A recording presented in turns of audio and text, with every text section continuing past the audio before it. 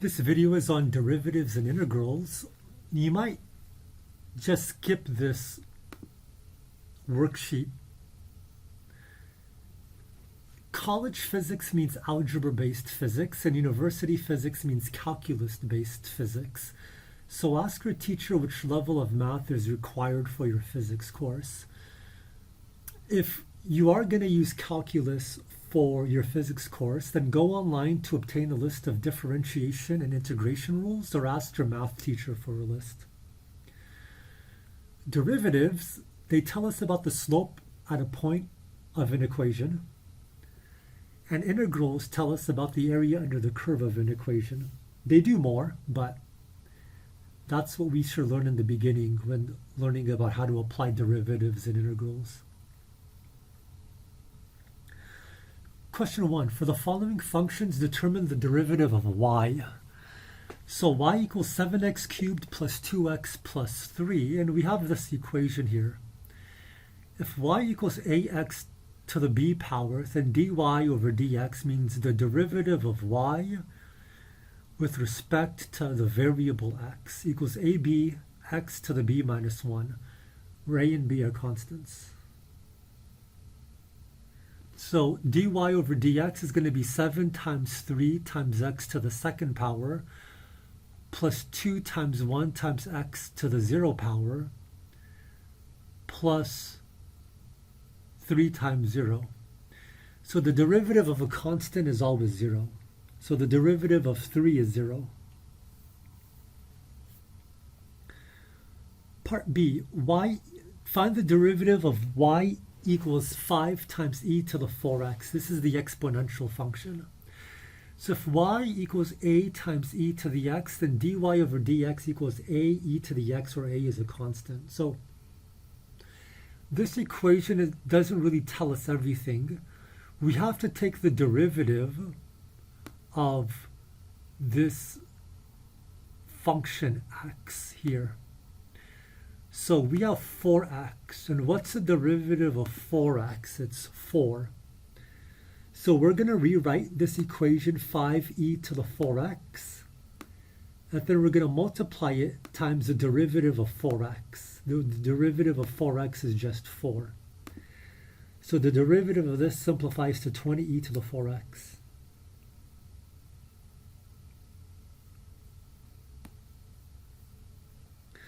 Part C, find the derivative of y equals 4 times sine of 3x. So we have this equation here, or this rule. If y equals a sine x, then dy dx equals a cosine x. So we have to take the derivative of 3x. So our solution is going to be 4, which is a, times the cosine of x, which is the cosine of 3x, times the derivative of 3x. And what's the derivative of 3x? It's 3. So this simplifies to 12 cosine 3x. Part D, what's the derivative of y equals 3 cosine x over 6? So we have to memorize this. If y equals a cosine x, then the derivative of y with respect to x is minus a sine x. And we have to take the derivative of that x also. So 3 cosine x over 6 becomes minus 3 sine x over 6. Right here. And we also have to multiply it by the derivative of x over 6, which is 1 over 6. So 3 times 1 over 6 is 3 over 6, or 1/2. So this becomes minus 1/2 sine x over 6. So memorize the derivative of sine is cosine. The derivative of cosine is negative sine.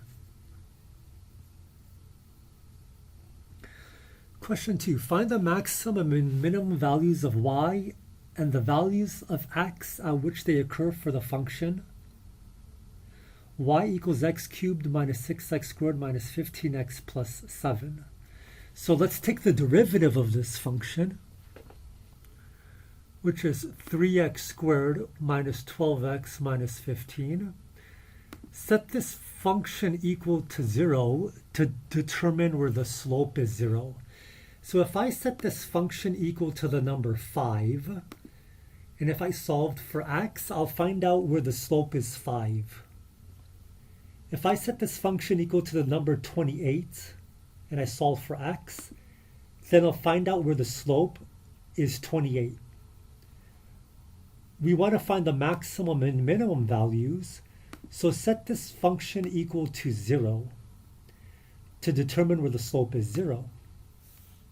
Because if the slope is 0, we have a maximum or minimum value. So we set this function equal to 0, or this derivative. We solve for x to get -1 or positive 5. So now substitute the values to the original function to determine the y-coordinates. So when x is -1, y is 15, and when x is 5, y is -93. So the slope is 0 at -1 comma 15, or 5 comma -93.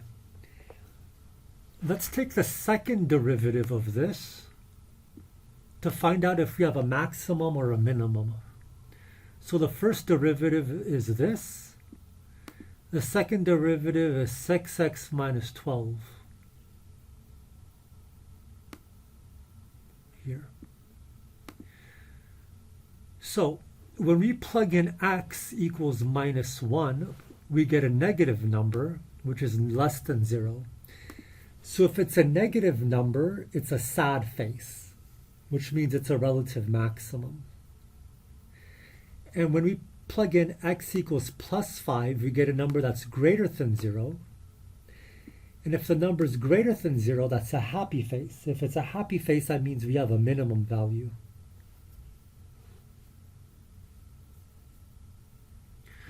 Question 3, evaluate the following integrals. So we have this function here, or this rule here. So the integral of this is going to be 4x cubed over 3 plus 3x squared over 2 plus 7x plus a constant. Now, take the derivative of this solution and let's see if we obtain the original equation. Okay. So the derivative of this is going to be 4x squared plus 3x plus 7, which is this. So the integral is also the antiderivative, or the opposite of the derivative. Part B, let's find the integral of 6x to the 5 minus 4x cubed plus 12x dx. So we're going to get 6x to the 6 minus 4x to the 4 plus 12x squared over 2.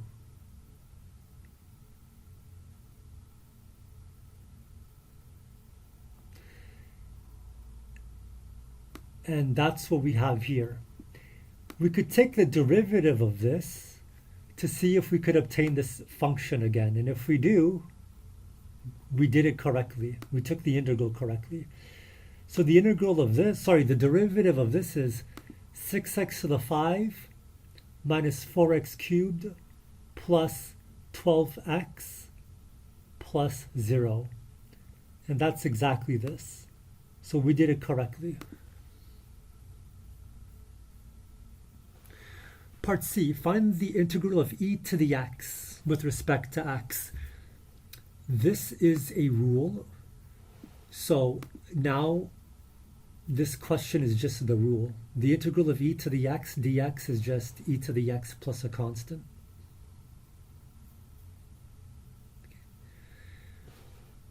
Part D, determine the integral of e to the 6x with respect to x. So what we're going to have to do, we have an e to the 6x. We're going to bring down a 1 over 6. So this is our solution here, 1 over 6 e to the 6x plus c.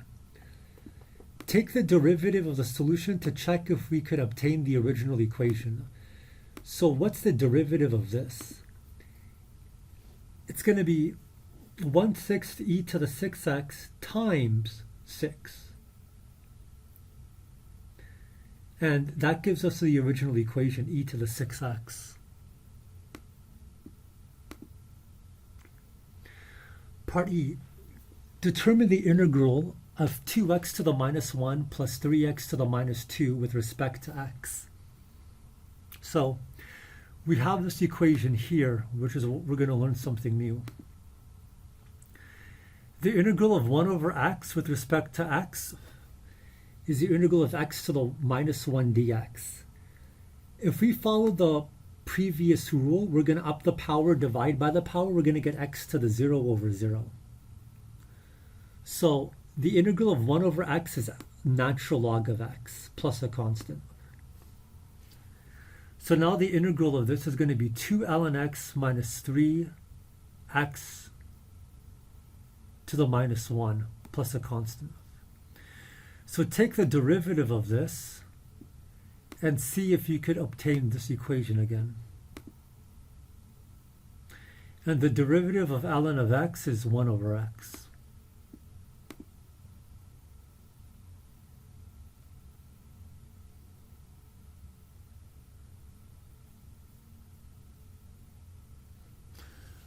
Part F, it looks like you've learned this from parts A, B, and E. Once again, take the derivative of your solution to check if you obtain the original equation. Part G, the derivative of sine is cosine. The integral of sine is negative cosine. And we have a 4 here, 4x. We're going to bring out a we're going to bring out a 1 over 4. Why? Because we need to take the derivative of this solution to get the original equation, which is sine of 4x. So if we take the derivative of minus 1 over 4 cosine of 4x, we're going to get minus 1 over 4 times negative sine of 4x. Then take the derivative of 4x, which is 4, which means we get the original equation, sine of 4x. And the derivative of this constant, 0.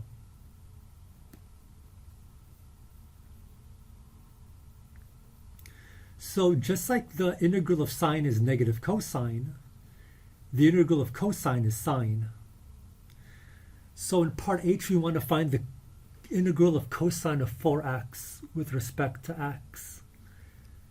So it's going to be this, 1 over 4 sine of 4x plus c. Let's take the derivative of our solution to see if we obtain the original equation, which is cosine of 4x. And if we take the derivative of this, in fact, we do get cosine of 4x. Part I, you could see there's a 1 over 4 here. This is just a constant, so we could bring it outside of the integral. So bring the 1 over 4 outside of the integral, and we don't have to play with it. And the integral of cosine is sine. So the solution here is 1 over 24 sine of 6x plus c. Because you've got a 1 over 4 times a 1 over 6. Question 4, calculate the area under the curve y equals 4x squared plus 2x between x equals 1 and x equals 3. So this is what we call a definite integral. And the previous problem, problem 3, were indefinite integrals. So you could see what we did. First we took the integral of 4x squared plus 2x to get this. 4x cubed over 3 plus 2x squared over 2. Then we're going to plug in x equals 3 into this equation, and then we're going to subtract it by putting x equals 1 into this equation. And our solution is 128 over 3. Question 5, find the average value of y equals 4x squared plus 2x between x equals 1 and x equals 3. So question 4 wants us to find the area under this function between 2 points, x1 and x2. Question 5, they want us to use the same function using the same 2 vertical lines, x equals 1 and x equals 3, to find the average value. So question 4 is area. Question 5 is average value. So we're going to use this equation to find the average value. So this is a definite integral. First, let's do this right-hand side. First, let's integrate.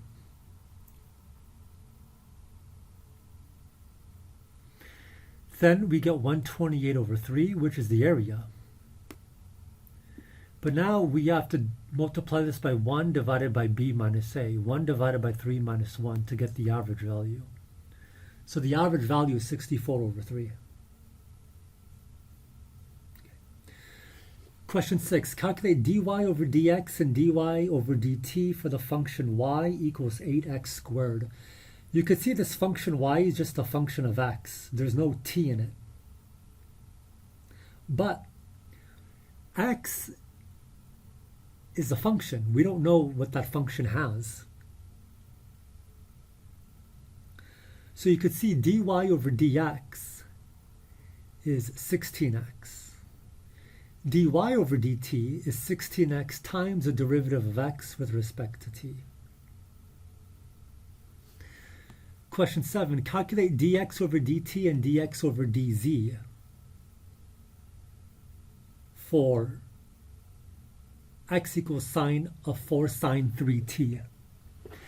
So dx over dt is going to be 4 cosine 3t times the derivative of 3t, which is 3. So we got 12 cosine 3t.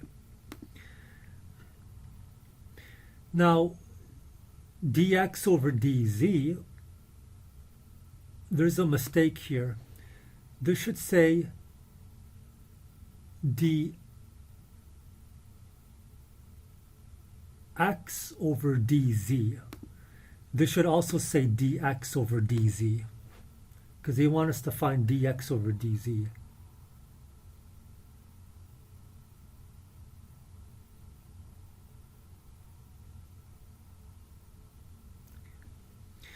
Question 8. Calculate dx over dt for the following functions. So rewrite this as 4 times sine of t to the 5th power. We could bring the 5 down.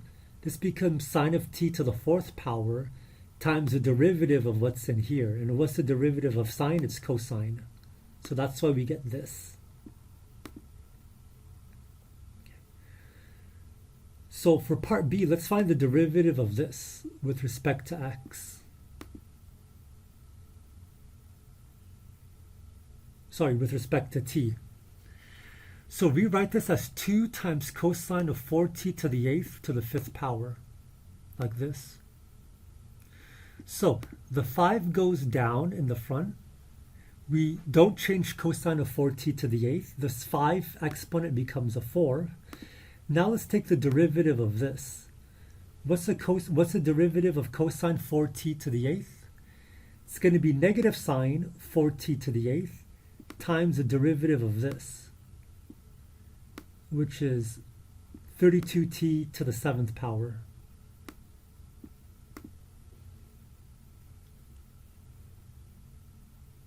So this looks ugly, but this is our solution.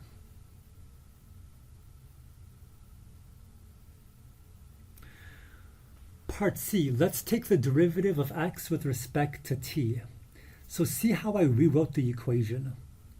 So I have sine of something to the 4th power. Bring down the 4. So we get 2 times 4 times sine to the something to the 3rd power. Now let's take the derivative of this. What's the derivative of this here? It's going to be cosine of this, which is here,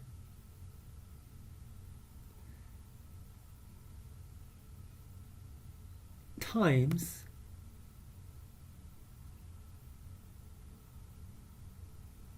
the derivative of this here. So the derivative of this is going to be 2 times t cubed plus 4t to the 1st power.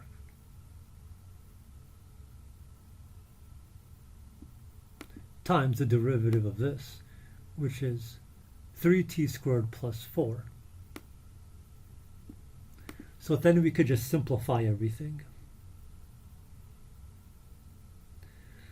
Part D, find the derivative of x with respect to t. This is going to be 5 times e to the 2t times the derivative of 2t. The derivative of 2t is just 2.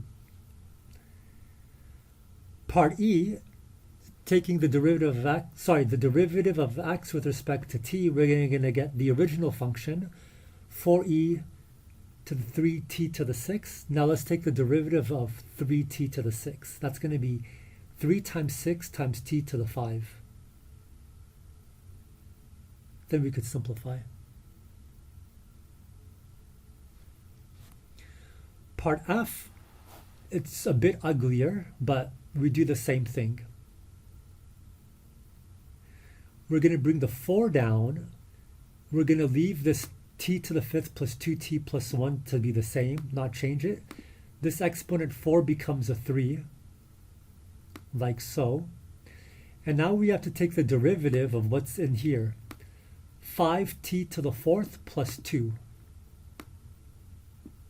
And then we could just simplify.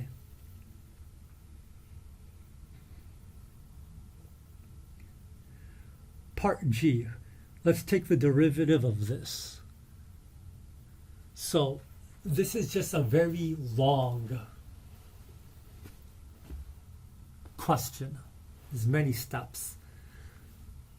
First, you don't change the equation, just write it again. Now take the derivative of this thing.